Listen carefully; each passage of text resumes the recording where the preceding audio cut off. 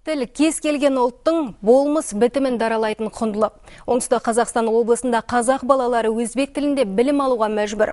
Халқы көп аймақ саналатын Сайрам ауданында 120 қазақтың қара көзі білімді ана тілінде емес, өзге тілде игеріп жатыр.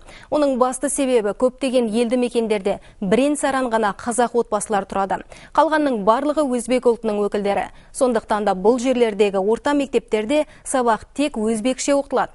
Амалсыз ата-ана перзентін шалғайдағы қазақ мектебіне жібергеннен гөрі өзге тілде оқытса да, жақындағы білім ұясына беруді мақұл көріп отырған жайы бар. Белге Хаммат Камарин Бағла Түркістан, Марфатты Етмақны Чағла Түркістан.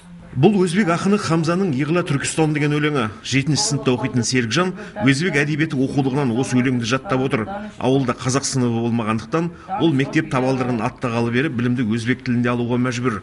Жасы 40-тың қырқасына шыққан ауылдың медбикесі Бибайшаның да ұлты қазақ. Ол да Көлкент ауылындағы өзгелер секілді орта мектепте өзбекше оқыған. Бұл оның кейінгі өмірінде қиындығын туғызбай қоймады. Біраз қиыншылықтар болды. Жазудан қиналдық, әріптерді шатастырдық.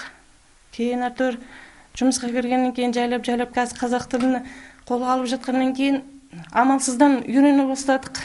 Қазақ тілін қазір 100% болмаса да аздап жаза аламын. Алишер Науаи есімімен аталатын ауылдағы орта мектеп таза өзбек тілінде білім береді. Мұнда мыңға тарта шәкірт оқиды. Оның 11-і қазақ баласы. Мектеп түлектері мемлекеттік тілде сынақ тапсыратын болғандықтан, оқу бағдарламасында қазақ тілінің сағаттары көбейтілген. Бізде, например, 4 сағат қазақ тілі болса, 1 сағат өзбек тілі сабағы бар.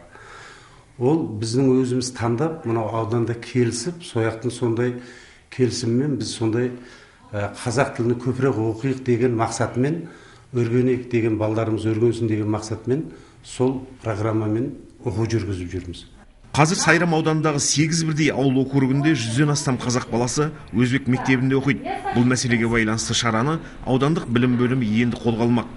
Жаңа оқу жылынан бастап, сыныптарды бір-біріне қосу арқылы, балаларды сыныптарға қосу арқылы, одан кейін дополнительный подвоз дейміз ғой для детей, балдарға қосымша көлікті ұйымдастыру арқылы аудандық бюджет есебінен біз қазір қаржы сұрап жатырмыз, сол қаржыларды қарастырып жатырмыз.